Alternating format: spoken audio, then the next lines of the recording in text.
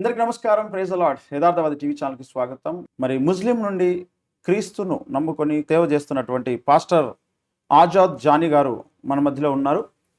మరి వారు ముస్లిం కుటుంబం నుంచి ఎందుకు యేసుక్రీస్తు ప్రభుని నమ్ముకోవాల్సి వచ్చింది, దానికి గల కారణాలు, వారి నాడు పాస్టర్గా సేవ చేస్తూ ఉన్నారు, మరి వారు ఎదుర్కొన్నటువంటి పరిస్థితులు ఏంటి అనేటువంటి విషయాలు తెలుసుకునే ప్రయత్నం చేద్దాం రండి. Jani garu, praise the lord. Praise lord brother. Azad Jani garu. Praise lord brother. Sheikh Azad Nagur సాహెబ్గా ఉన్నటువంటి మీరు ఇప్పుడు షేక్ ఆజాద్ జానీగా మారారు. ఎలా ఉంది పరిస్థితి ఇప్పుడు? నేను చాలా సంతోషంగా ఉన్నాను బ్రదర్. క్రీస్తునందు సంతోషము. క్రీస్తు యేసునందున్న వారికి ఏ శిక్ష విధి లేదు. ఆయనలో ఒక నూతన సృష్టి, నూతన ఆనందం, ఎక్కడా దొరకనటువంటి సమాధానం ప్రభులో నాకు దొరికాయి. సో ఎన్నడూ లేనంత చెప్పనాసక్యమైన సంతోషకరమైన జీవితాన్ని జీవిస్తున్నాను. ఒక నిరీక్షణ కలిగిన ఒక లైఫ్ నాకు ఉందనేటువంటి నమ్మకము నాకు కలిగి ఉంది ఇప్పుడు ప్రభుని నమ్ముకున్న తర్వాత. ఓకే, ఇప్పుడు మీరు షేక్ అని చెప్పగానే ముస్లిం అని అర్థమైపోతుంది. అవునండి. ఈనాడు ఎంతో మంది ముస్లిం కమ్యూనిటీ ఉన్నారు. అయితే ఒక విధంగా మీరు చెబుతున్నటువంటి విషయాలు బహుశా మరి వాళ్ళను ఒకవేళ గాయపరిచేవిగా ఉంటాయేమో తెలియదు, కానీ మీకు ఫ్రీడమ్ ఉంది. మీకు నచ్చిన విశ్వాసాన్ని మీరు ఫాలో అయ్యే ఎగ్జాక్ట్లీ ఫ్రీడమ్ ఉంది. ప్రాపర్ ఇక్కడ ఫస్ట్ యాక్చువల్లీ మీరు చాలా మంచి కోట్ ఒకటి చేశారు. ఏంటంటే ఈ ఇంటర్వ్యూ చేసేటప్పుడు ముస్లిమ్స్కి ఎవరికైనా వాళ్ళ మనోభావాలు కొంచెం హట్ అయితేమో అన్నట్టు చాలా బాగా చెప్పారు brother. I love Islam, I love my Muslim people. నా ప్రజలు, నా మతాన్ని నేను గౌరవిస్తాను, నా ప్రజలను నేను ప్రేమిస్తాను. నేను ఏదైతే సత్యం నమ్ముకుని నా పేరు మార్చుకోలేదు, నా యాజ్ ఇట్ ఈజ్ నా షేక్ ఆజాద్ నాగూర్ సాహెబ్ ఏదైతే ఉందో దాన్ని కంటిన్యూ చేస్తున్నాను. నా పేరు మార్చుకోలేదు, ఇంకా నా మతము కానీ ఇంకేదేదో మార్చుకోలేదు, కానీ నా బ్రతుకు మార్చుకున్నాను. సువార్త ద్వారా నా బ్రతుకు మారింది. నేను ఇతరులకు ఒక ఎగ్జాంపుల్గా నేను ఉన్నాను. సో కాబట్టి ఈ ఇంటర్వ్యూ ద్వారా నేను ఎవరిని కూడా మరి తక్కువ చేయడానికి అస్సలు ఎక్కడ నాకు ఇష్టం లేదు. ఈ సత్యం ద్వారా మరి చీకట్లో నుంచి ఆశ్చర్యకరమైన వెలుగులోకి నేను ఎలా వచ్చానో అలాగే అనేకమైన ముస్లిం సహోదరులు లేదా ప్రభుని విడిచిపెట్టి సత్యాన్ని విడిచిపెట్టి ఇస్లాంలోకి వెళ్ళిపోతున్నటువంటి నిజమైన క్రైస్తవులుగా ఉన్నటువంటి వారు ఎవరైతే ఉన్నారో వాళ్ళు కూడా ఒక కనువిప్పు కలగాలనేటువంటి ఒక డిస్క్లైమర్తోనే ఈ యొక్క ఇంటర్వ్యూ మీతో ప్రారంభిస్తున్నా బ్రదర్. సో నేను ప్రాపర్గా ఈస్ట్ గోదావరి నుంచి నేను అక్కడే పుట్టాను. కొడవలి మా ఊరు. ఆ కొడవలి గ్రామంలో నేను పుట్టాను. సో తర్వాత నేను నల్గొండకు రావడము, నల్గొండ జిల్లాలో చదువుకోవడం, అక్కడే సెటిల్ అవ్వడం, నా లైఫ్ అంతా కూడా నల్గొండ నుంచి అసలు నా లైఫ్ ప్రభులో ఎక్కువగా బలంగా ప్రారంభమైంది. ఈస్ట్ గోదావరి నుంచి నల్గొండ ఎప్పుడు వచ్చారు?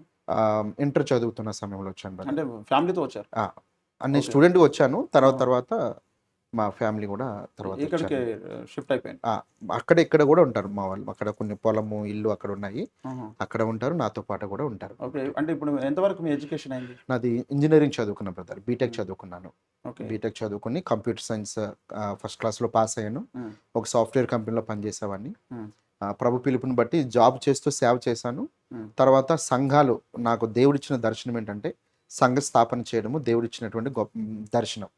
సో ఆ సంఘ స్థాపనలో బిజీ అవ్వడం వల్ల నేను జాబ్ని విడిచిపెట్టి సంపూర్ణంగా ప్రభుకి నా జీవితాన్ని సమర్పించుకుని ఫుల్ టైం మినిస్ట్రీలో నేను ఉన్నాను. ఓకే, అయితే మొట్టమొదట మీరు యేసుక్రీస్తు ప్రభువును గూర్చి ఈయననే దేవుడు అని ఎప్పుడు రియలైజ్ అయ్యారు? ఎవరు చెప్పారు మీకు? యాక్చువల్లీ మరి నా కుటుంబంలో ఒక సమస్య వచ్చినప్పుడు మా గల్లీలో, మా ముస్లిం గల్లీలో ఒక క్రిస్టియన్ ఫ్యామిలీ ఉన్నారు. వాళ్ళు మా అమ్మగారికి ఫస్ట్ టైం సువార్త చెప్పారు. సో మా గల్లీలో ఉన్నటువంటి ఒక్క క్రిస్టియన్ ఫ్యామిలీ మా అమ్మ దగ్గరికి వచ్చి సువార్త చెప్పడం వల్ల మా మమ్మీ సువార్త నమ్మి సీక్రెట్ బిలీవర్ గా రహస్యంగా చర్చ్కి వెళ్ళేది ముందు. సో ఆమె ద్వారా నాకు సువార్త అందింది. సో ఒక క్రిస్టియన్ కుటుంబము చొరవ తీసుకుని సువార్త ప్రకటించడం వల్ల మా మమ్మీ మారడం, అంటే మా మమ్మీ పబ్లిక్గా నేను ప్రభుని నమ్ముతున్నాను ఎవరికి చెప్పుకోలేకపోయింది. మా పరిస్థితులు, మా వీధిలో, మా గల్లీలో ఉన్నటువంటి పరిస్థితులను బట్టి. కానీ ఆ ఒక్క సువార్త మా మమ్మీని, మా మమ్మీ ద్వారా నాకు ఈ సువార్త రావడం వల్ల ఈరోజు ఆజాద్ అనే వ్యక్తి, ఒక ఇమాం కావలసిన నేను ఈరోజు ఒక దేవుని సేవకుడిగా 5 సంఘాలు హైదరాబాద్లో నడిపిస్తున్నాను. ఓకే, అంటే ఇప్పుడు అమ్మగారే మీకు సువార్త చెప్పారు? ఆ మమ్మీ ప్రోత్సహించింది ప్రభుని నమ్ముకో అని చెప్పి. అంటే మొట్టమొదట మీకు ఈ సువార్తను పరిచయం చేసింది మమ్మీ. ఓకే, మమ్మీ మీకు సువార్త ప్రకటించడానికి ముందు ఎన్ని సంవత్సరాలు చర్చికి వెళ్ళారు, లేదా ఎంత ముందు చర్చికి వెళ్ళారు? మా మమ్మీ అంటున్నారు. మీ మమ్మీ గారు maybe 1 year or 6 months. That's okay. ఆమె ఆమెకున్న కొన్ని కష్టాలు ఉన్నాయి, ఆ, కుటుంబ సమస్యలు ఉన్నాయి. ఉమ్, ఆ సమస్యలు తీరిపోతాయని ప్రభు దగ్గరికి వెళ్ళింది ఆమె. ఉమ్, ఆ వెళ్తున్న క్రమంలో నువ్వు కూడా రా ఆజాద్ అని చెప్పింది. ఉమ్, చిన్నప్పుడు గురించి కూడా మా మమ్మీ ద్వారా ప్రభు నాకు తెలిసినప్పుడు కూడా, ఉమ్, ఉమ్, సండే స్కూల్ తర్వాత అవన్నీ కూడా నాకు పరిచయం చేసినప్పుడు కూడా నా మనసులో ఒకటి ఉండేది. నేను ముస్లింలో పుట్టాను కాబట్టి నేను ఒక ఇమాం కావాలి, మసీదులు కట్టాలి, చాలా మందికి ఇస్లాంని వ్యాప్తి చేయాలనేటువంటి ఒక ఒక ఒక లక్ష్యంతో నేను ఉండేవాడిని. ఉమ్, కానీ చిన్నప్పుడు మా మమ్మీ నమ్మింది కాబట్టి మా మమ్మీ ద్వారా నాకు ఒక ఒక సానుభూతి ఏమంటారు, లేకపోతే ఒక సాఫ్ట్ కార్నర్ ఉమ్. క్రిస్టియానిటీ పట్ల నాకు ఉండేదన్నమాట. ఓకే, అంటే ఏ ఏజ్ లో మమ్మీ చర్చికి వెళ్ళింది? మీరు అప్పుడు ఏ ఏజ్ లో ఉన్నారు? అప్పుడు నేను 7th 8th క్లాస్ చదువుతున్నాను ఆ టైంలో. Okay, okay. 7th అంటే క్లాస్ ఇప్పుడు మీరు ప్రభువును అంగీకరించి ఎన్ని సంవత్సరాలు అవుతుంది? ప్రభువుని అంగీకరించి నేను 2011లో సంపూర్ణంగా నా జీవితాన్ని ప్రభుకి ఇచ్చాను. ఉమ్, బట్ 2000 ఐ థింక్ 2 or 3 నుంచి ప్రభు గురించి నాకు తెలుసు. ఉమ్. ఎట్లా ఓకే. ఉమ్. అంటే ఇప్పుడు మమ్మీ ద్వారా మీరు సువార్త విన్న తర్వాత మీకు అబ్జెక్షన్ చేయాలనిపించలేదా? అంటే మనం ముస్లిమ్స్ కదా, నువ్వు వేరే దేవుని దగ్గరికి వెళ్తున్నావు, ఉమ్. మరి మన ఫ్యామిలీ మెంబర్స్, మరి మన రిలేటివ్స్ ఏమంటారని మీకు ఏమనిపించలేదా?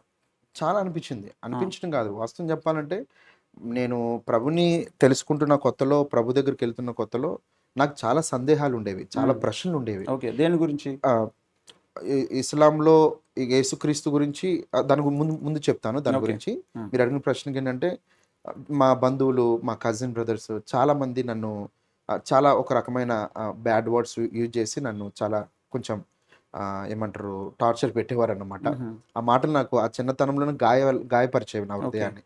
నువ్వు ప్రభుని ఎందుకు నమ్ముకుంటున్నావు, మన మతాన్ని వదిలిపెట్టి ఎందుకు వెళ్తున్నావు, కొన్ని బూతులు, ఏ కులంలో పుట్టావు, ఎవరి ఇది పుట్టావు, ఇవన్నీ ఉంటాయి కదా, కొన్ని అవును. మాటలు ఉంటాయి. అవి కెమెరా ముందు మనం చెప్పలేని కొన్ని మాటలు. ఆ మాటలు నన్ను చాలా గాయపరిచేవి. మ్మ్. అయినప్పటికీ కూడా నాలో ఏదో ఒక నిరీక్షణ ఏంటిదని అంటే, మా మమ్మీ నన్ను ఇలా చర్చికి రా అని చెప్పినప్పుడు ఫస్ట్ టైం నేను చర్చికి వెళ్ళాను బ్రదర్. మ్మ్. వెళ్ళినప్పుడు మా మమ్మీ ప్రోత్సాహంతో వెళ్ళినప్పుడు అక్కడ ఒక స్టోరీ చెప్తున్నారు. మ్మ్. మత్తయి సువార్త 25వ అధ్యాయంలో బుద్ధి లేని కన్యకలు, బుద్ధిగల కన్యకలు అనేటువంటి ఒక స్టోరీ చెప్తున్నారు. మ్మ్. ఆ స్టోరీ చెప్తున్నప్పుడు నేను ఆ స్టోరీలో ఆమె ఏమన్నదంటే, నువ్వు ఒకవేళ సిద్ధపాటు కలిగి లేకపోతే, పెండ్లి కుమారుడు వచ్చినప్పుడు బుద్ధి గలవారు సిద్ధపాటు కలిగి ఉన్నారు దీపాలతో, వాళ్ళని లోపలికి తీసుకెళ్ళిపోయాడు యేసయ్య. బుద్ధి లేని వారు ఎవరైతే ఉన్నారో వీధులన్నీ తిరుగుతున్నారు, ఆ సమయంలో యేసుప్రభు వచ్చినప్పుడు వాళ్ళు సిద్ధపాటు లేరు కనుక వారిని వెలుపలే వదిలిపెట్టి తలుపులు వేసేశాడు ప్రభు. మరి అప్పుడు వాళ్ళు వచ్చి, అయ్యా మాకు తలుపు తీయనప్పుడు మీరు ఎవరో నాకు తెలియదు అన్నాడు. ఒకవేళ నువ్వు కూడా రక్షించబడకపోతే, నువ్వు కూడా సిద్ధపాటు కలిగి ఉండకపోతే, నువ్వు కూడా బయటే ఉంటావా, నీకు తలుపు తీయడానికి. కానీ నేను చాలా హట్ అయ్యి ఆ స్టోరీ ఎవరైతే చెప్పారో ఆ టీచర్ దగ్గరికి వెళ్ళి, మ్మ్. మేము ముస్లిమ్స్ అండి, మాకు ప్రభు తలుపు తీస్తాడని అడిగితే, మ్మ్. ఆ మన్న మాటని నీ హృదయం అనే తలుపు తీస్తే పరలోకమైన తలుపు ఆయన తీస్తాడు అని చెప్పింది ఆమె. ఓకే. అప్పుడు నాకు అది అర్థం కాలేదు. మ్మ్. హృదయం అనే తలుపు, పరలోకమైన తలుపు, నా వయసుకి లేకపోతే నాకున్న అండర్స్టాండింగ్ చాలా పెద్ద మాటలు, మ్మ్. నాకు అర్థం కాలేదు. మ్మ్. బట్ ఒకానొక సమయంలో నేను మసీదుకి వెళ్ళినప్పుడు, మ్మ్. అంటే రెండింటిని ప్రేమించేవాడిని. మా మమ్మీ ద్వారా చర్చిని ప్రేమించేవాడిని. మా డాడీ తర్వాత మా బంధువులు, మా కజిన్స్ అందరూ మసీద్కి వెళ్ళేవారు కాబట్టి అజాన్ ఇవ్వడము, ఆ మసీద్కి వెళ్ళడము, మేము చదువుకున్న పిల్లలుగా ఉండేవాళ్ళం కాబట్టి మాకు ఆ ఖురాన్, ఆ హదీస్లు చదవడానికి మా మసీదులో ఫజాయిల్ అమాల్ అనే ఒక పుస్తకం ఉండేది. మ్మ్. మాకు డైరెక్ట్ ఖురాన్ లేదు, కానీ ఫజాయిల్ అమాల్ అనే పుస్తకం ఏంటిదంటే అదొక వ్యాఖ్యానం లాంటిది, ఒక కామెంటరీ లాంటిది. మ్మ్. ఆ పుస్తకంలో ఒక చాప్టర్ ఉంది, ఏ భాషలో మరియం. ఉండేది?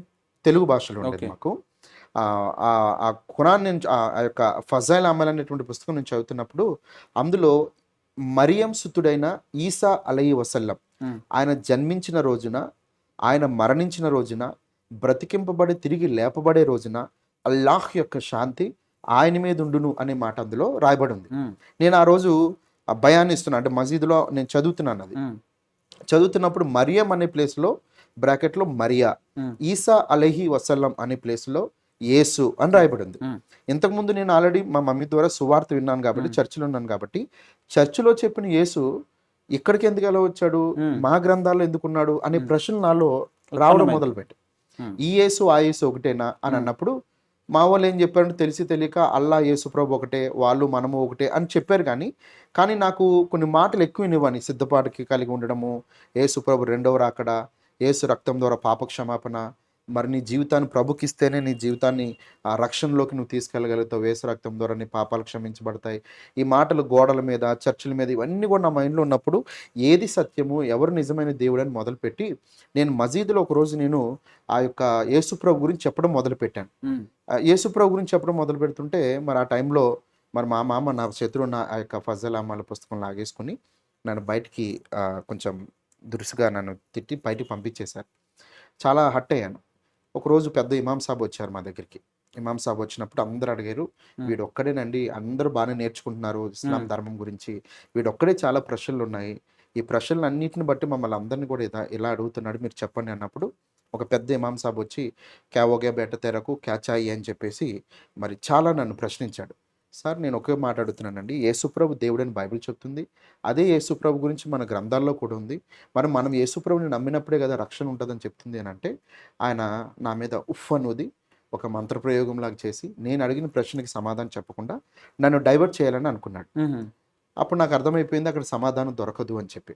సో అప్పుడు నన్ను చాలా కొంచెము వీడు మారిపోయాడు, మతంలోకి వెళ్ళిపోయాడు, మీకు అందడు, మీకు దొరకడు అని రకరకాల మాట్లాడము, ముస్లిమ్స్ అందరూ మా ఇంటికి వచ్చి కొన్ని రకాల మాటలు చెప్పడము, ఇవన్నీ సినారియో చూసి మా మమ్మీ మళ్ళా నన్ను కొన్ని ఆ టైంలోనే చదువుకోవడం కొరకు నన్ను నల్గొండకు ఆ టైంలో తీసుకురావడం జరిగింది. మా మమ్మీ మా డాడీ ఆ టైంలో ఆ రీతిగా అక్కడ అసలైన జర్నీ నాకు నా లైఫ్ అక్కడ స్టార్ట్ అయింది.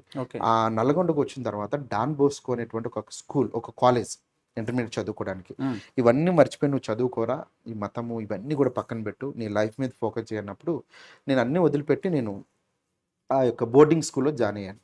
ఆ బోర్డింగ్ స్కూల్లో జాయిన్ అవుతున్నప్పుడు ఇంకొక పాస్టర్ గారు వచ్చి ఒక సువార్త చెప్పి 1 యోహాను పత్రిక 1వ అధ్యాయం 7వ వచనంలో ఒక మాట చెప్పారు. ఏంటిదనంటే, నువ్వు ముస్లిం అయినా, ఇలాగే చెప్పారు క్లియర్గా వేలెట్టి మరి, నువ్వు ముస్లిం అయినా, నువ్వు క్రైస్తవుడు అయినా, నువ్వు హిందువు అయినా, యేసు రక్తము 1 యోహాను పత్రిక 1వ అధ్యాయం 7వ వచనం ప్రకారము యేసు రక్తం ద్వారా నీ పాపాలు క్షమించబడితేనే నువ్వు పరలోక రాజ్యం చేరతావు అనే మాట మళ్ళా నన్ను రివైవ్ చేసింది. ఒక్కసారిగా నేను ఉలిక్కి పడినట్టుగా అయింది నాకు.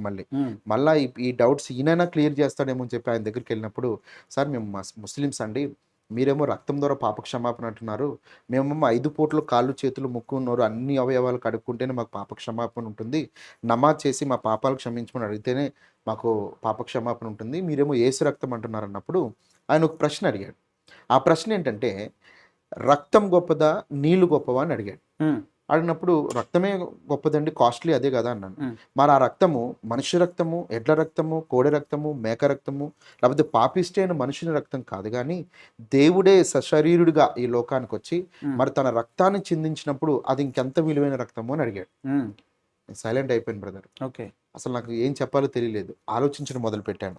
ఆయన నా యొక్క ప్రశ్నలన్నిటికీ ఆ ఒక్క మాటతో సమాధానం దొరికింది అనిపించింది. నాకు ఉన్న ప్రశ్న ఏంటంటే, ఇప్పుడు మళ్ళీ కొత్త ప్రశ్న ఏంటంటే, దేవుడు నా కోసం రావడము, దేవుడు నా కోసం రక్తం చిందించడము, దేవుడు నాలాంటి పాపి కోసం చనిపోవడము, నాలో తెలియని ఒక ఏడుపు వచ్చేది అనమాట, ఒక దుఃఖం. తట్టుకోలేకపోయేవాడిని, చాలా ఏడ్చాను లోపల. చిన్నప్పటి నుంచి చిన్న చిన్న అబద్ధాలు, ఇంకేదైతే తప్పులు చేశానో అవన్నీ కూడా నన్ను చాలా కలతకి గురి చేసినాయి అన్నమాట చాలా.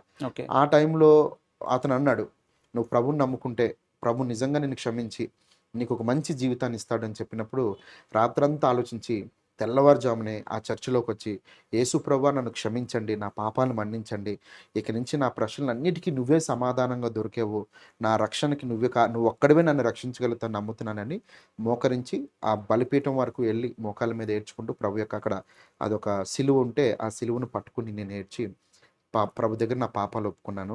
ఆ రోజు చాలా ప్రశాంతంగా, అది 2007వ సంవత్సరము ఇంటర్మీడియట్ చదువుతున్న రోజులు అవి. ఆ రోజు నా జీవితంలో నిజమైన రక్షణ కలిగిందని నేను నమ్మాను. అది నా రక్షణ అనుభవము. సో ఆ రీతిగా నా జీవితం ప్రారంభమైంది. బాప్తిసం ఎవరు ఇచ్చారు? నేను 2007లో నాకు రక్షణ మారుమనసు పొందినప్పటికీ బాప్తిసం తీసుకోవడానికి కొన్ని భయపడేవాడిని, ఎక్కడన్నా తీసుకుంటే మా బంధువులు ఏమంటారని చెప్పి. బట్ 2011వ సంవత్సరంలో మరి మాకు మా ఊర్లో బాప్టిస్ట్ చర్చ్ ఉంది, పాస్టర్ స్వరూప్ గారు అని చెప్పేసి ఒక ఆయన ఉన్నారు.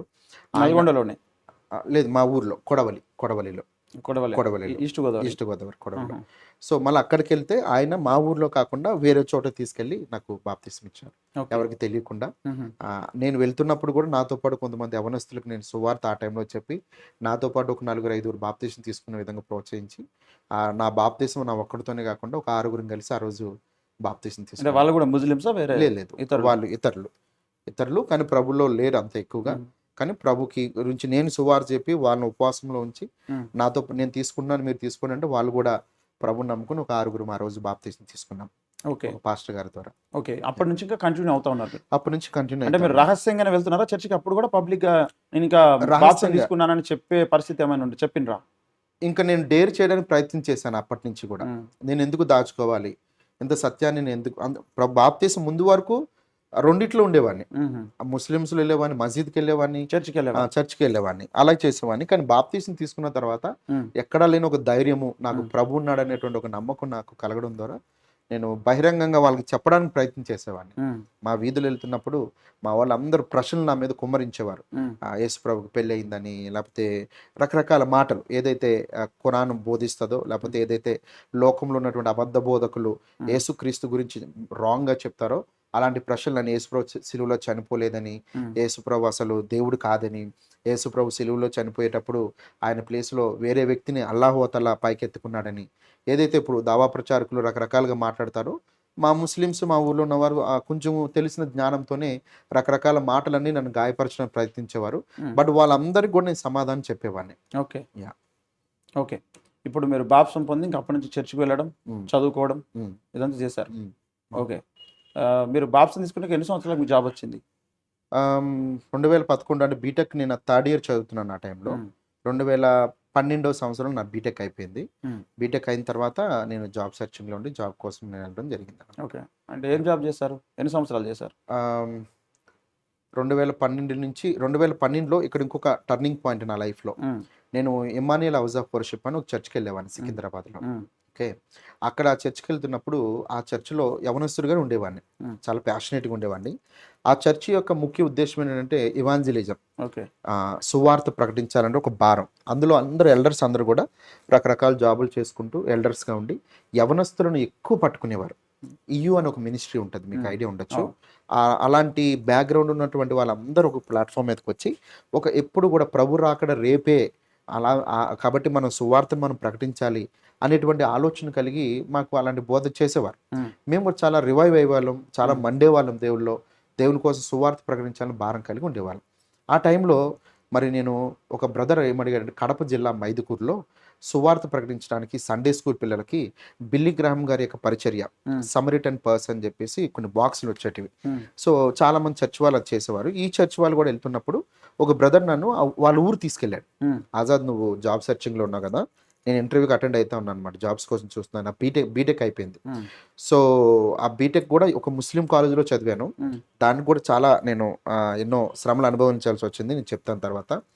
అయితే ఈ ఊరు వెళ్ళినప్పుడు ఆ ఊర్లో జరిగిన పరిస్థితి ఏందంటే, ఆ ఊరంతా కూడా అన్యులుగాను, నమ్ముకున్న వాళ్ళు కూడా నామకార్థంగాను ఉన్నటువంటి గ్రామం. హ్మ్. అన్ని రకాల పాపములతో నిండిపోయిన గ్రామం.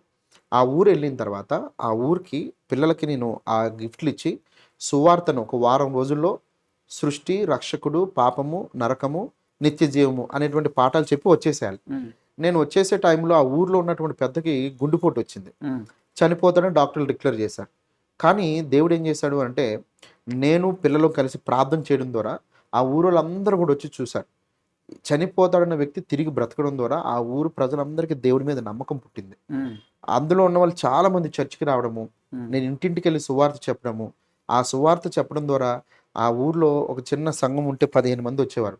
3 నెలలు నేను 1 వీక్‌లో రావాల్సిన వాడిని ఇంకొక 3 మంత్స్ నన్ను అక్కడే ఉంచారు. హ్మ్. ఆ సమయంలో మరి నేను సువార్త ప్రకటించడము, ఆ 3 నెలల్లో 150 మంది సంఘమయ్యారు. 40 మంది ఒకే రోజు 2013 జనవరి 1 తారీఖున మరి మైదుకూరు నుంచి ప్రొద్దుటూరు వెళ్ళే ప్రాంతంలో కుందు నది అని ఒక నది ఉంటుంది. హ్మ్. ఆ నదిలో 40-45 మంది దగ్గరగా హ్మ్. అంతమందికి మేము బాప్తిస్మాలు ఇచ్చి హ్మ్. ప్రభుకి వారి జీవితాలు సమర్పించి అక్కడి నుంచి నా జీవితాన్ని జర్నీ ప్రారంభించాను. హ్మ్. సో ఇంకా నాకు అర్థమైంది దేవుడు నన్ను నడిపించిన పెద్దలు ఎవరైతే ఉన్నారో భాస్కర్ రావు గారు అని ఒక సేవకులు పెద్ద ఆయన అని చెప్పాడు, ఆజాద్ నీ జీవితం చూస్తా ఉంటే దేవుడు నిన్ను ఫుల్ టైం పిలుస్తున్నాడు, నువ్వు దేవునికి నీ జీవితాన్ని సమర్పించుకో మరి అని చెప్పినప్పుడు నేను కూడా నా జీవితాన్ని ప్రభుకిచ్చి హ్మ్. వాళ్ళ సలహా ప్రకారము దేవుని సేవ కోసం నన్ను సమర్పించుకొని మరి నా పొట్టకూటి కోసం కొన్ని రోజులు జాబ్ చేయాలనే ఉద్దేశంతో హైదరాబాద్కి వచ్చి ఒక కంపెనీలో 2013 నుంచి 2016 వరకు జాబ్ చేస్తూ తర్వాత జాబ్ విడిచిపెట్టి మరి సంఘ స్థాపన చేస్తూ వచ్చాను. హ్మ్. బోరబండలో, తర్వాత నిజాంపేటలో, తర్వాత హైటెక్ సిటీ దగ్గర ఒక సంఘము, తర్వాత సన్ సిటీలో ఒక సంఘము, సీతాఫల్ మండిలో ఒక సంఘము, రస్సులపుర, కీసర, ఇలా ఇన్ని ఇయర్స్లో కూడా దేవుడు ఈ 5-6 సంఘాలను దేవుడు నాకు ఇచ్చాడు. ఈ పరిచయం నేను ఇలా అంటే కొనసాగిస్తున్నాను. ఇప్పుడు హైదరాబాద్లో ఉన్నాయి మీ చర్చెస్? హైదరాబాద్లోని మన మీ చర్చ్ మినిస్ట్రీ పేరు ఏంటి? Corner stone ministries. Corner stone ministry. Yes. మీరే ఫౌండర్? నేను ఫౌండర్ అండ్ పాస్టర్ నేనే అనమాట. Yeah. ఓకే. మరి ఇలాంటి జర్నీలో మీరు మీ మమ్మీ ప్రభుని నమ్ముకున్నారు, అప్పుడు ఎక్కువ మందికి తెలియకపోయి ఉంటుంది. మీరు నమ్ముకున్న తర్వాత ఇప్పుడు పబ్లిక్లోకి వెళ్ళిపోయి ఉంటుంది కదా ఆల్రెడీ విషయము, అంటే వీళ్ళు క్రిస్టియానిటీలకి వెళ్ళిపోయారు, యేసు ప్రభుని దేవునిగా ఆరాధిస్తున్నారని మీ ముస్లిం కమ్యూనిటీకి తెలిసినప్పుడు మీ చుట్టాల బంధువుల యొక్క రియాక్షన్ ఎట్లా ఉంది? చాలా చాలా ఇంటికి వచ్చి గొడవ పెట్టేవారు బ్రదర్. ఇంటికి వచ్చి ఏమనేవాళ్ళు? చాలా మాటలు అనేవారు. ఎందుకు మీరు మన మతాన్ని కించపరుస్తున్నారు, మీరు పోతే పోయారు, మిగతా వాళ్ళని కూడా తీసుకెళ్ళడం ఎందుకు, లేకపోతే మీరెందుకు మీ ఇంటికి రాము, మీ పెళ్ళిళ్ళకి రాము, మీరు చచ్చిపోతే మేము సమాధి కార్యక్రమాలు చేయము, మిమ్మల్ని వెలివేస్తాము, ఏదైతే నానుడి లోకంలో ఉంటుందో అలాంటి మాటలే మా జీవితంలో కూడా అనేవారు. రకరకాల మాటలు, రకరకాల బాధ కలిగించేటువంటి మాటలు, చాలా అంటే మమ్మల్ని వేరు చేయడము, సపరేట్గా ఉంచడము, అలాంటివన్నీ జరిగేటివి అన్నమాట. సో ఇలాంటి పరిస్థితులన్నీ కూడా ఉండేవి. అంటే ప్రతి ఒక్కరికి ఉంటుంది. నేను మీకు ముందుగానే డిస్క్లైమర్ చెప్పినట్టు I don't want to hurt any one. So ఎవరిని కూడా నేను కించపరచాలని లేదు, కానీ బట్ ఆ సఫరింగ్స్ గుండా వచ్చాం. మా అమ్మ కానీ నేను కానీ చాలా సఫరింగ్స్ గుండా వచ్చాము. దేవుని నమ్ముకున్న తర్వాత కూడా వీడు ఏది లేక ఇందులోకి వెళ్ళిపోయి రకరకాల మాటలు, అవి ఇంకా నేను ఐ డోంట్ వాంట్ టు ఓపెన్గా చెప్పి వాళ్ళని బాధ పెట్టి నేను చేయాలనుకోవట్లేదు. But I had gone through many sufferings అన్నమాట. ఓకే. అంటే ఇప్పుడు మీ కుటుంబాలలో నుంచి ఎంతమంది ఇప్పుడు ప్రభుని అంగీకరించారు మీ ద్వారా? మా మమ్మీ డాడీ ప్రభుని నమ్ముకున్నారు. మా పిన్ని కూడా ఒక ఆమె ప్రభుని నమ్ముకుంది. మా కజిన్ సిస్టర్స్ 2 ప్రభుని నమ్ముకున్నారు. వాళ్ళకి నేనే బాప్తిస్మా. మీ సిస్టర్స్? మా సిస్టర్స్ ప్రభుని నమ్ముకోవడానికి సిద్ధపడ్డారు, కానీ వాళ్ళు రాలేకపోయారు. వాళ్ళ వెనక ఉన్న వాళ్ళ భర్తలు ఎవరైతే ఉన్నారో they both got married. So వాళ్ళిద్దరు కూడా వాళ్ళ భర్తల యొక్క బంధకాల్లో ఉన్నారు కాబట్టి నేనేం చెప్పలేకపోయాను. అంటే వాళ్ళు రియలైజ్ అయ్యారా దేవుడు అని? యేసే దేవుడు అని రియలైజ్ అయ్యారు. ఎందుకంటే నా లైఫ్ చూసారు వాళ్ళు. నా లైఫ్ను మా మమ్మీ డాడీ చూసారు. మా మమ్మీ డాడీ నేను మారిన తర్వాత మా లైఫ్ను మా సిస్టర్ చూసారు. యేసుక్రీస్తు నిజమైన దేవుడని వాళ్ళు నమ్ముకున్నారు, కానీ బహిరంగంగా వాళ్ళు చెప్పలేకపోయారు. ఇప్పుడు మీరు సువార్త చెబుతున్నది ముస్లింస్ చెప్తున్నారా లేదా అందరికి చెప్తున్నారా? ఎక్కువగా మీ యొక్క పరిచయం ఎవరి దగ్గర ఉంటుంది? నేను 2008 నుంచి 2012 వరకు బీటెక్ చదువుకున్న బ్రదర్. బీటెక్ చదువుకున్న రోజుల్లో నేను ఒక ఇస్లాం కాలేజీలోనే, ఎందుకంటే నా పేరు ముస్లిం నేమ్ కాబట్టి నాకు మరి ప్రభుత్వం, ఆ టైంలో ఉన్నటువంటి ప్రభుత్వం వాళ్ళు నాకు ఫీజు రీయింబర్స్మెంట్లో ముస్లిం కోటాలో నాకు సీట్ వచ్చింది. ఒక ఇంజనీరింగ్ కాలేజీలో జాయిన్ అయ్యాను. ఆ ముస్లిమ్స్ కాలేజ్, అది కూడా ప్రజ్ఞాపూర్, సిద్దిపేట రూట్లో గజ్వెల్ ప్రజ్ఞాపూర్ అని ఒక ప్లేస్ ఉంది. మన జేవిఎస్ నుంచి అట్లా స్ట్రైట్ వెళ్తే ఉంటుంది, రాజీవ్ రహదారిలో. ఆ college Syed Asim science and technology అనేటువంటి కాలేజీలో కంప్యూటర్ సైన్స్ జాయిన్ అయ్యాను. నేను ప్రభుని నమ్ముకున్నటువంటి కొత్తలో ఆ మొదటి ప్రేమ మనకు ఉంటుంది కాబట్టి సువార్తను ప్రకటించాలన్న ఆశతో ఆ ముస్లిమ్స్ కాలేజీలో ఉన్నటువంటి నా ఫ్రెండ్స్ అందరికి కూడా నేను చెప్పడానికి ప్రయత్నం చేశాను. కానీ నేను అప్పటికి కూడా ఆ ప్రయత్నంలో చాలా మంది నా మీదకి రకరకాల దాడులకు వచ్చారు. కాబట్టి ఎక్కువగా నేను ముస్లిం అని చెప్పుకునేవాడిని కాదు, కానీ ప్రభు గురించి చెప్పడానికి అయితే ప్రయత్నం చేసేవాడిని. ఆ టైంలో నా పేరు ఒకరోజు మార్కులు వచ్చినప్పుడు ఒక షీల్డ్, ఒక దాంట్లో ఫస్ట్ వచ్చాను.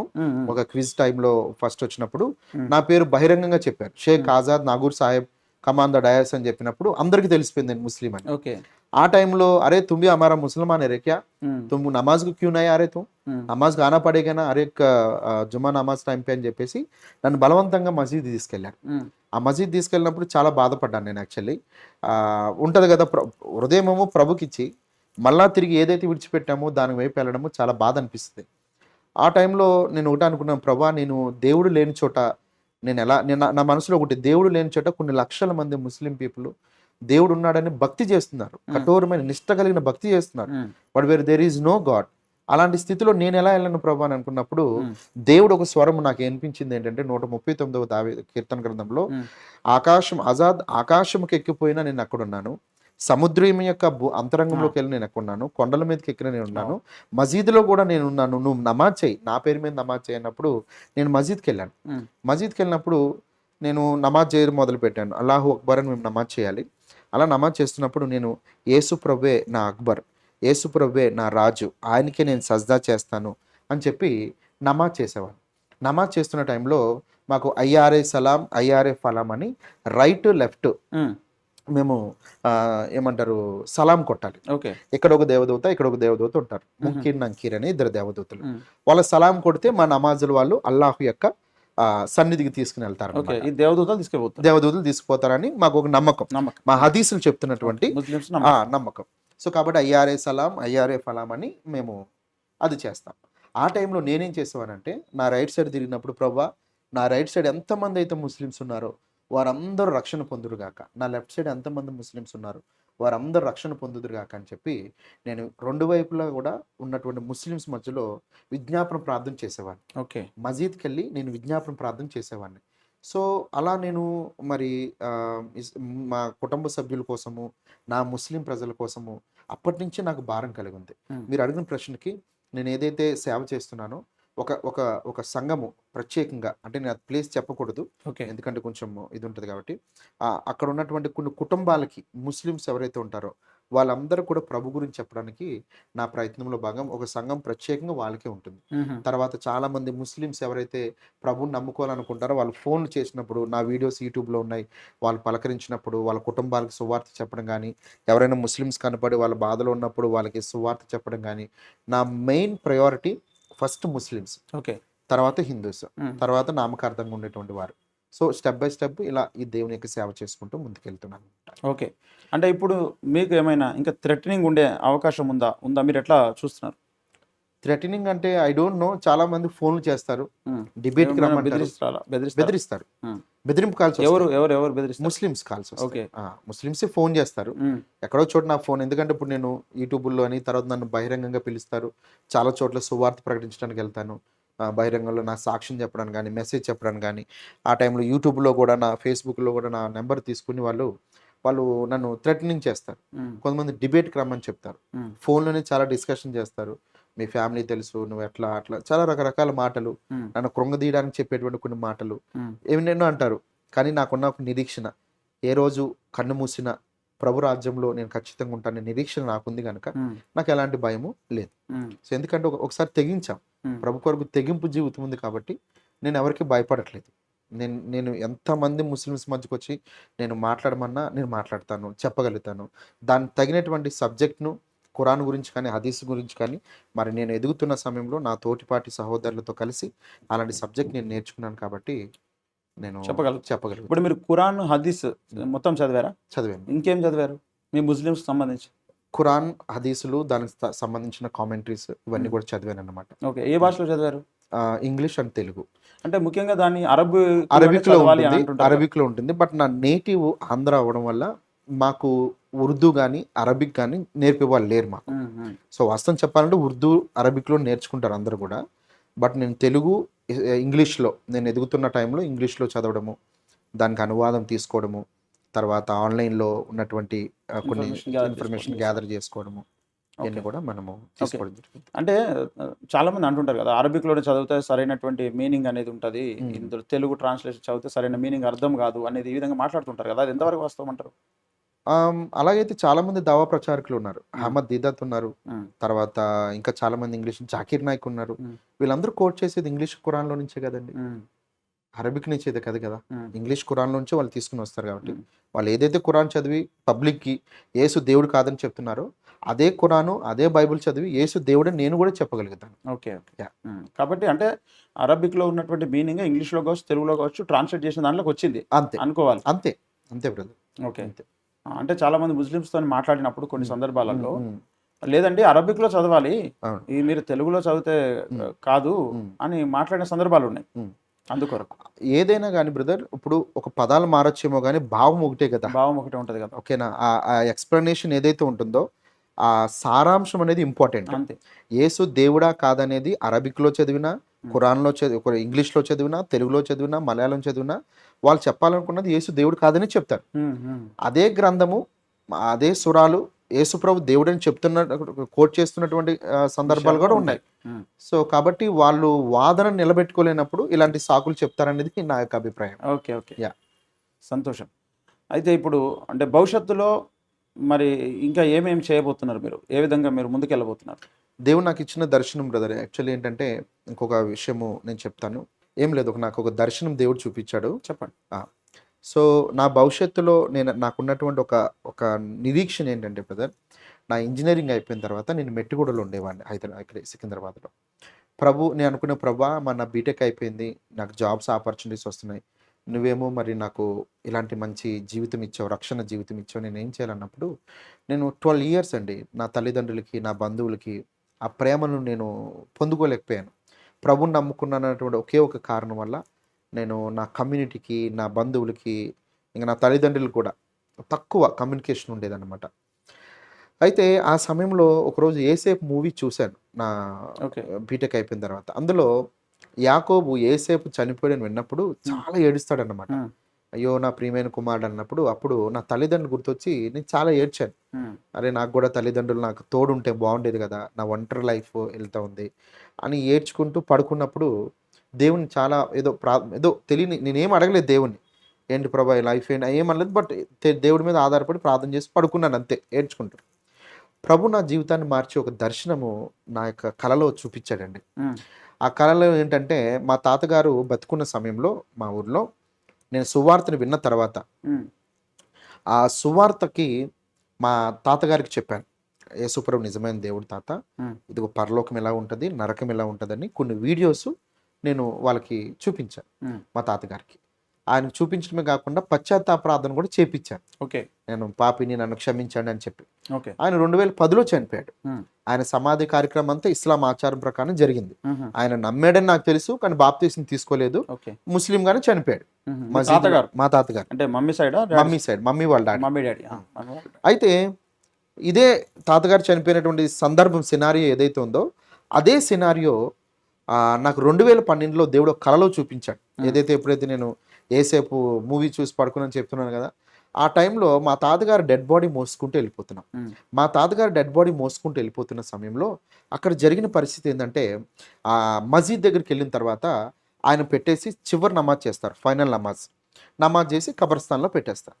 పెట్టే ముందు నేను ఏం చేశాను అంటే మా తాతగారు డెడ్ బాడీ మీద చేపెట్టి, యేసు ప్రభువా నువ్వు గుడ్డివారికి చూపునిచ్చావు, మూగవారికి మాటలు ఇచ్చావు, కుంటివారిని కూడా లేపావు, చనిపోయిన కూడా బ్రతికించావు కదా ప్రభువా, మా తాతను బ్రతికించు ప్రభు అని చెప్పినప్పుడు నేను అలా ప్రార్థన చేయగానే చచ్చిపోయిన మా తాత లేచి కూర్చున్నాడు.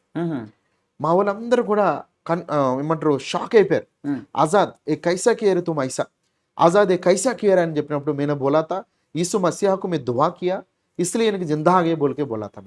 యేసు ప్రభుకి నేను దువా చేసినాను, ప్రార్థన చేశాను, అందుకే ఈయన బ్రతికాడని చెప్తే మా కజిన్ బ్రదర్స్, మా ముస్లిమ్స్ అందరు కలిసి నయ్యే ఈసు మసీహ్ హమారా ఖుదావన్ నయ్యే, ఓ హమారా నబీ, యేసుప్రభు మన దేవుడు కాదు, మన ప్రవక్త, మన పైగంబర్ అని చెప్పి వాళ్ళు ఇస్లాంలో హదీసులో ఆ కళ వచ్చినప్పుడు హదీసులో ఇది ఉందని నాకు తెలీదు. సునన్ అబూ దావూద్లో 1148 ఆయతలో ఈ మాట ఉంటుంది అన్నమాట. తర్వాత నేను ఇస్లామిక్ స్టడీ చదువుతున్నప్పుడు నాకు అర్థమైంది, అప్పుడు నిజంగా ఈ కళ వచ్చినప్పుడు ఇంత సబ్జెక్ట్ నాకు తెలియదు బ్రదర్. కానీ దేవుడు ఎంత క్లియర్గా చూపించాడంటే ఆయన కబర్లోకి వెళ్ళినప్పుడు 3 ప్రశ్నలు ముంకీర్ నకీర్ అని 2 దేవదూతలు అడుగుతారు. కబర్ అంటే ఎవరు వెళ్ళినప్పుడు చనిపోయిన ఏ వ్యక్తి వెళ్ళినా ఇస్లాం ఆచారం హదీసులో ఉన్న ప్రకారము ఒకవేళ ఎవరైనా చనిపోతే ఆ వ్యక్తి పరలోకం యొక్క జన్నత్ గేట్ల దగ్గరికి వెళ్తున్నప్పుడు ముంకీర్ నంకీర్ అనే 2 దేవదూతలు నిలబడి 3 ప్రశ్నలు అడుగుతారు. మొదటి ప్రశ్న ఏంటంటే ఆప్కా షహదా క్యా హై, ఆప్కా కలీమా క్యా హై అంటారు. కలీమా అంటే మేము చెప్పాలి, మేము పుట్టినప్పటి నుంచి కూడా అమ్మ అనే మాట కంటే కూడా ఇది నేర్పిస్తారు కలీమా. అదేంటిది అంటే కల్మాన్ కూడా కొన్ని భాషలు అంటారు. అసద్ నిలాహ్ లా ఇలాహ్ ఇల్లిల్లాహ్ మహమ్మదుర్ రసూలుల్లాహ్ అని చెప్పాలి. మొదటి ప్రశ్నకి సమాధానం. రెండవ ప్రశ్న ఏమడుగుతారంటే ఆప్కా నబీ కౌన్ హై, who is your prophet and they will ask. ఆ 2 దేవదూతలు మేము ఇవ్వాల్సిన ఆన్సర్ ఏంటిదంటే మహమ్మద్ సల్లల్లాహు అలైహి వసల్లం అని చెప్పాలి. మూడో ప్రశ్న ఏమడుగుతారు అని అంటే మీరు ఏ మతాన్ని ఆచరించారు, మీరు ఏ విశ్వాసంలో మీరు బతికారు అన్నప్పుడు మేము మహమ్మదీయులము, మేము ముస్లిం ఆచారంలో ఇస్లాం ఆచారం ప్రకారం మేము బ్రతికాము అని చెప్పేసి చెప్పాలి. ఈ 3 ప్రశ్నలకి సమాధానం చెప్తే పరలోకం యొక్క జన్నత్ గేట్లు ఆ కబర్ గుండా వెళ్తున్నప్పుడు ఆ జన్నత్ గేట్లు ఓపెన్ అయితే వాళ్ళు స్వర్గంలోకి లేదా పరలోకం అంటే జన్నత్కి వాళ్ళు వెళ్తారు. జన్నత్ అంటే పరలోకం అని కదా మనం నమ్మేది. సో దేవుని రాజ్యం అందులోకి వెళ్తారు వాళ్ళు. కానీ మా తాతకి ఇది రావట్లేదు, ఇలా చెప్పడం రావట్లేదు. ఓహో. ఎందుకంటే ఆయన బ్రతుకున్నప్పుడు ఆయనకి ఎక్కువ తెలియలేదు. ఇంతకుముందు మీకు చెప్పినట్లుగా మాకు అంత ఇస్లాం గురించి ఎక్కువ సబ్జెక్ట్ లేకపోయినప్పటికీ మేము ముస్లిమ్స్ కాబట్టి మసీద్కి వెళ్ళేటువంటి స్థితిలో ఉండేవాళ్ళం. ఈయన లా ఇలాహ చెప్పలేకపోతున్నాడు.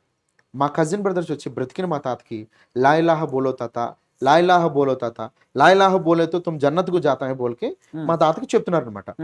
మా తాత నాలుకేమైపోయింది, మడత పడిపోయింది.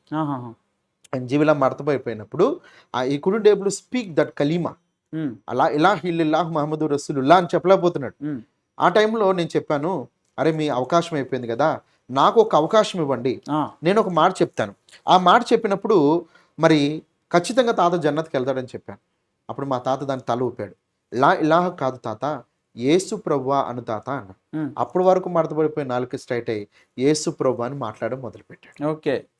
తర్వాత నేను చెప్పాను, యేసు ప్రభు నేను పాపిని, నా పాపాల కోసం ఈ లోకానికి వచ్చావని, నా పాపాల కోసం కలవరిశిల్లో చనిపోయావని, నా పాపాల కోసం సమాధిలో పెట్టబడి రక్తం కార్చి సమాధిలో పెట్టబడి 3 రోజుల తర్వాత తిరిగి లేచావని, నా కోసం మళ్ళీ రాబోతున్నావని, ఈ యొక్క ఏదైతే మనం పశ్చాత్తాప ప్రార్థన చేస్తామో ఒప్పుకోలు ప్రార్థన అకార్డింగ్ టు రోమన్స్ చాప్టర్ 10:9 ఉంటుంది కదండి, రోమిల రాసిన పత్రిక 10:9 ప్రకారము యేసు ప్రభు అని మన నోటితో ఒప్పుకొని దేవుడు ఆయనను మృతుల్లో నుంచి లేపినని మనం హృదయమందు విశ్వసించిన యెడల మీకు రక్షణ కలుగును. అదే మనం ప్రతి ఒక్క ఏ వ్యక్తి అయినా సరే సువార్త విన్న తర్వాత చెప్తాం. అది మా తాత చెప్పాడు. ఓకే. అది నేను చెప్పగలిగాను మా తాతకి. మా తాత ఎగ్జాక్ట్ గా రిపీట్ చేశాడు, నన్ను క్షమించు, నేను పాపిని, నీ రాజ్యంలో చేర్చుకో, నువ్వు నా కోసం చనిపోయావు, రక్తం కార్చావని ఒప్పుకున్నాడు. మొత్తం అంతా ఒప్పుకున్నాడు. ఎందుకంటే యేసు నామాన్ని, యేసు రక్తాన్ని ఎవరైతే ఒప్పుకుంటారో ఖచ్చితంగా వాళ్ళకి రక్షణ కలుగుతుంది. అది నేను చెప్పి నేను ఆమెన్ అన్నాను. ఆమెన్ అన్నప్పుడు మా తాత ఆమెన్ చెప్పట్లేదు. ఆమెన్ బోలో తాత అంటే మా తాత క్లియర్ గా నాకు చెప్పాడు బ్రదర్ ఒక మాట, ఆజాద్ ఒక విషయం మర్చిపోయావు ఆజాద్ అన్నాడు. క్యా తాత, ఏం మర్చిపోయినా చెప్పు దాదా అని చెప్పేసి అంటే మా తాత అన్నమాట ఒకే ఒక మాట, ఆజాద్ ఈ ప్రార్థన యేసు నామంలో అడుగుతున్నాం తండ్రి అని చెప్పడం మర్చిపోయావు ఆజాద్ అని అంటారు. ఓకే. ఎందుకంటే బైబిల్ క్లియర్ గా చెప్తుంది మనకి, ఏ నామం అందును రక్షణ లేదు, ఒకే ఒక్క నామము. మనుషులందరికీ కూడా ఎంతో మంది బాబాలు ఉన్నారు, ఎంతో మంది ప్రవక్తలు ఉన్నారు, 1,20,000 మంది ప్రవక్తలు ఉన్నారని మేము నమ్ముతాం. కానీ ఏ ప్రవక్త పేరు కూడా, ఏ ప్రవక్త నామములు కూడా రక్షణ లేదు. కానీ నిత్య జీవానికి మార్గము ఒకే ఒక్కటి, యేసు నామము మాత్రమే అనేటువంటిది మా తాత ద్వారా దేవుడు నాకు తెలియజేశాడు. అంటే ఇప్పుడు ఆయనకి ఎట్లా తెలిసింది ఆ విషయం? ఆయన సువార్త విన్నాడు కదా, ఆయన బ్రతుకున్నప్పుడు నేను పరలోకము నరకము గురించి నేను చెప్పాను, ప్రార్థించాలనే విషయం ఆయనకు తెలుసు. ఆయనకి తెలుసో తెలియదు నాకు తెలియదు, బట్ ఆయన నాకు చెప్తున్నాడు. ఓకే. అప్పుడు అంటే చుట్టూ అందరు ఉన్నారు, అందరూ ఉన్నారు. అంటే ఇప్పుడు ఈయన నిజంగానే చనిపోయిండు, మేము తీసుకెళ్తాము కబర్స్థాన్ లో పెడతాం అనుకునే సమయంలో ఇలా ఆజాద్ చేతిలో చేసి ఇలా ప్రార్థించినప్పుడు సంథింగ్ ఏమో జరిగింది అక్కడ, ఆయన లేసాడనే విషయం చెప్పడానికి సాక్షులు ఉన్నారా? ఉన్నారు బ్రదర్. అంటే ఇదంతా నేను కలలో చెప్పిందని చెప్పాను కదా బ్రదర్, నాకు డ్రీమ్ లో, దర్శనంలో ఇది జరుగుతుందంతా డ్రీమ్ లో ప్రభు నాకు చూపిస్తున్నాడు అనమాట. అంటే ఎందుకు చూపిస్తున్నాడు, రియల్ గా జరిగింది అనుకుంటాను. ఇది దర్శనం చెప్తున్నా అదే చెప్తున్నా. 2012లో నాకు ఒక కళ వచ్చిందని చెప్తున్నా కదా, అది కంటిన్యూషన్ చెప్తున్నాను అనమాట. అలా చెప్తున్నప్పుడు మా తాతగారు ఆ మాట చెప్పడం గల కారణం ఏంటంటే, ప్రభు నాకు తెలియజేసిన మాట ఏంటంటే, ఏ నామంలోనూ రక్షణ లేదు, ఒకే ఒక్క నామము యేసు ప్రభు నామంలో మాత్రమే రక్షణ. ఇది నాకు అర్థం కావడం కోసం ప్రభు నాకు అది నా అనుభవంలోంచి చూపించాడు. దీనికి లాజికల్గా రీజనింగ్గా అడిగితే దానికి నేను ఏ సమాధానము ఇవ్వాలనేది మరి ప్రేక్షకులు ఆలోచించాలి. కానీ బట్ నేను క్లియర్గా చెప్పాలనుకున్న ఒకే ఒక్క మాట ఏంటంటే, మనిషి అందరూ పాపులే, వాళ్ళు ముస్లిం అయినా, క్రైస్తవులైనా, హిందువులైనా, మొదట మనం పాపులం. మనం పాపులంగా ఉన్నటువంటి మనకి రక్షణ కావాలి అంటే, ఈ లోకం ఎంత ఎగతాళి చేసినా, ఎంత చులకనగా చూసినా, యేసు ప్రభు నామంలో మాత్రమే మనుషులకు రక్షణ ఉంది. అది నేను నమ్మాలంటే నా కలలో, నా దర్శనంలో యేసు ప్రభు వారు నాకు అది తెలియజేశారు మా తాత మరణం ద్వారా. అది నేను గట్టిగా నమ్మాను. కాబట్టి నేను రుజువుతో ఉన్నటువంటి అనుభవాలు నాకు ఉన్నాయి. కాబట్టి నేను ఆ మాటని ఈరోజు ఖచ్చితంగా మీ ముందు నేను చెప్పగలుగుతున్నాను. ఆ మాట చెప్పాడు మా తాత. సారీ తాత, నేను ఈ మాట చెప్పలేదు అన్నప్పుడు, యేసు నామములో అడుగుతున్నాం తండ్రి, ఆమెన్ అన్నాడు. చనిపోయాడు. చనిపోయి ఆయన ఆత్మ అలాగే జన్నత్కి వెళ్తున్నట్లుగా ఆ దర్శనంలో నేను క్లియర్గా చూశాను. అది చూసిన తర్వాత మా తాతగారు పరలోకానికి వెళ్ళారన్న ఆనందంతో, చెప్పలేనంత గొప్ప సంతోషంతో నేను బయటకు వచ్చినప్పుడు చాలామంది ముస్లిమ్స్, హిందూస్, క్రైస్తవులు బైబిల్ పట్టుకుని, ఆజాద్ భాయ్ నువ్వు మాకు దేవుని వాక్యం చెప్పాలంట, దేవుడే నీ దగ్గర పంపించాడని వాళ్ళు చెప్తే, మీరు ముందు పదండి నేను వస్తానని చెప్పేసి అన్నాను. కళ్ళు తెరిస్తే మెట్టుగూడలో నా రూమ్లో నేను ఉన్నాను. 2 ప్రభు దర్శనం అనేసరికి ఇంతకుముందు చెప్పినట్లుగా 2012లో కడపకి వెళ్ళడము, సువార్త ప్రకటించడము, అక్కడ 40 మంది బాప్తీసం తీసుకోవడము, ఆ 40 మంది ద్వారా దేవుడు మళ్ళా ఇక్కడికి నేను హైదరాబాద్కి రావడము, జాబ్ చేస్తూ సేవ చేయడము, సంఘస్థాపన జరగడము, చాలామంది ముస్లింలను, చాలామంది అన్యులను ప్రభు వైపు తిప్పడము, ఈరోజు ఒక 5 సంఘాలను హైదరాబాద్లో పెట్టి ప్రభు కొరకు ఒక మంచి నమ్మకమైన సాక్షిగా ఆయన సేవకులు ఎంతోమంది ఉన్నారు. ఆయన పనిచేసేటువంటి ఈ మధురమైన సేవ, యేసు ప్రభుని సేవ, సిలువ మూర్తి కృపల జాట సిగ్గుపడని సేవ, శిరము వంచి మురియు సేవ, భోగ భాగ్య నిధులు లేని భారభరితమైన సేవ, బాధలను భరించు సేవ, Yes. యేసు ప్రభు యొక్క సేవ. సేవ. అలాంటి గొప్ప సేవకుల్లో అలాంటి గొప్ప సేవను ప్రభు నాలాంటి ఒక బలహీనుడైన ఎన్నిక లేనటువంటి స్థితిలో నుంచి తీసుకొచ్చి ఆయన సేవలో నన్ను ఈరోజు ప్రభు వాడుకుంటున్నాను. మిమ్మల్ని ఆర్డినేషన్ చేసింది ఎవరు సేవకులుగా? ఆర్డినేషన్ చేసినటువంటిది నన్ను మరి రాజస్థాన్ నుంచి ఒక పాస్టర్ గారు ఉన్నారు, ఆయన చేశారన్నమాట. ఒక Okay. పాస్టర్ గారు. అంటే ఆయన ఇస్లాం నుంచి కన్వర్టెడా? లేదు, ఆయన మామూలు ఓకే, చేశారు. ఓకే, వేరే బ్యాక్గ్రౌండ్. వేరే బ్యాక్. ఓకే. అంటే ఇప్పుడు భవిష్యత్తులో సువార్త ప్రకటించి సంఘాలను స్థాపించడం దేవుడు మీకు ఇచ్చిన భారం అని అవును. మీరు ముందు కొనసాగుతున్నారు. అంతే, అదేనండి నా యొక్క దర్శనం అది. ఓకే, ఫైనల్గా మీరు ఏం చెప్పాలనుకుంటున్నారు? ఫైనల్గా నేను ఒకటే చెప్పగలుగుతానండి, నా సాక్ష్యాన్ని లేదా నా అనుభవాలను మరి ఈ యథార్థవాది టీవీ ఛానల్ మన బ్రదర్ మార్క్ గారి ద్వారా మీ అందరికి ముందుకు రావడానికి దేవుడు నాకు ఇచ్చిన అవకాశాన్ని బట్టి, మరి హిందూ అయినా, ముస్లిం అయినా, క్రైస్తవులైనా మొట్టమొదటిగా మనం పాపులమని మనం గ్రహించాలి. యేసుక్రీస్తు అనేది మతం కానే కాదు. మతం అనుకునేటువంటి ప్రతి ఒక్కరు కూడా ఒక భ్రమలో ఉన్నారు. ఒకవేళ మతమే అనుకుంటే నా పవిత్రమైన నిష్ట కలిగిన ఇస్లాం మతాన్ని విడిచిపెట్టి రావాల్సిన అవసరం నాకు లేదు. యేసుక్రీస్తు నమ్ముకోవడం అనేది నిత్య జీవానికి ఒక సోపానం, నిత్య జీవానికి ఒక మార్గం అని నేను గట్టిగా నమ్మాను. సో కాబట్టి మనుషులు లేదా మతోన్మాద వ్యవస్థలు లేకపోతే రకరకాల మనల్ని మభ్యపెట్టేటువంటి వాటన్నిటిని పక్కన పెట్టి చనిపోతే మనం ఎక్కడికి వెళ్తాం? నా కోసం చనిపోయిన దేవుడు ఎవడైనా ఉన్నాడా? అసలు మన పాపక్షమాపణకి నిజంగా ఏది ఈ లోకంలో మనకి ఉపయోగకరంగా ఉంది? నీళ్ళ, రక్తమా, మన పుణ్యస్నానాలా, లేకపోతే మన నమాజులా, మన ప్రార్థనలా, ఏది మనల్ని రక్షించగలుగుతుంది? ఇలాంటి కొన్ని క్వశ్చన్ చేసుకుంటే, ఎందుకంటే కళ్ళు మూసి తెరిచే లోపల చాలా సమయం అయిపోయింది, సమయం వృధా చేసుకుంటున్నాం. కాబట్టి ప్రతి ఒక్కరికి కూడా నేను చెప్పాలనుకున్నది ఎలా ఏంటిదంటే, సత్యాన్ని గ్రహించడంలో మీ సమయాన్ని వృధా చేసుకోకండి. సత్యానికి త్వరగా మీ చెవులను మీరు అప్పగించండి. ప్రభు కొరకు మీ జీవితాన్ని మీరు సమర్పించండి. అలాగే ఒకవేళ ఇస్లాంలో ఎవరైనా మరి యేసు ప్రభుని నమ్ముకున్న క్రైస్తవులు ఇస్లాంని విడిచిపెట్టి, క్రైస్తవ్యాన్ని విడిచిపెట్టి ఇస్లాంలోకి వెళ్తుంటే కనుక, సో ఇది నా జీవిత సాక్ష్యం మీకు ఒక సవాలుగా ఉంటుందని నేను కూడా నమ్ముతున్నాను. కాబట్టి యేసుక్రీస్తు నిన్న నేడు నిరంతరం ఏకరీతిగా ఉన్నాడు. ఆయన మతము కానే కాదు, ఆయన పరలోక రాజ్యానికి ఆయన ఒక మార్గము, ఆయన మానవుడిగా వచ్చిన దేవాతి దేవుడై ఉన్నాడు. ఆ ప్రభు ద్వారానే మనందరికీ రక్షణ ఉందని నేను గట్టిగా నమ్మాను. నేను నమ్మినదే మీ అందరూ కూడా చెప్పగలుగుతున్నాను. Thank you brother. ఓకే, ఆఖరిన మీ గురించి ఎవరైనా మిమ్మల్ని కాంటాక్ట్ కావాలనుకుంటే మీ నంబర్ ఏమైనా చెప్తారా? Sure brother. సో ఒకవేళ ఎవరైనా ఏదైనా ఇస్లాం గురించి సలహాలు కానీ, సూచనలు కానీ, లేకపోతే సువార్తను ప్రకటించే విధానంలో కానీ, ఇస్లాం సబ్జెక్ట్ కానీ నేర్చుకోవాలని ఆశ కలిగి ఉంటే, మరి నాకు brother Azad Jani YouTube channel ఉంది. అలాగే నా ఫోన్ నెంబర్ కూడా 9502433784, 9502433784 స్క్రీన్ మీద కూడా మీకు కనబడుతుంది. ఆ నెంబర్ మీరు కాంటాక్ట్ చేయొచ్చు. ఆజాద్ జానీ అని ఫేస్బుక్ పేజ్ కూడా ఉంది, ఆజాద్ జానీ అని ట్విట్టర్ ఉంది, అలాగే ఇన్స్టాగ్రామ్ కూడా ఆజాద్ జానీ అని ఉంది. ఎక్కడైనా సరే సోషల్ మీడియా ప్లాట్ఫామ్ మీద మీకు ఎలాంటి డౌట్స్ ఉన్న ఇస్లాం గురించి చెప్పడానికి నేను ఎల్లప్పుడూ కూడా మరి సిద్ధంగా ఉంటాను. ఎవరైనా ఒకవేళ మరి నేను నిజంగా బ్రదర్, నేను నా జర్నీలో ఎంతోమంది క్రైస్తవులు ఇస్లాంలోకి వెళ్ళిపోయి వాళ్ళు కన్ఫ్యూజ్ అయిపోయి ఏం చేయాలో తెలియక ఎంతోమంది నాకు ఇప్పటికీ ఫోన్ చేస్తారు.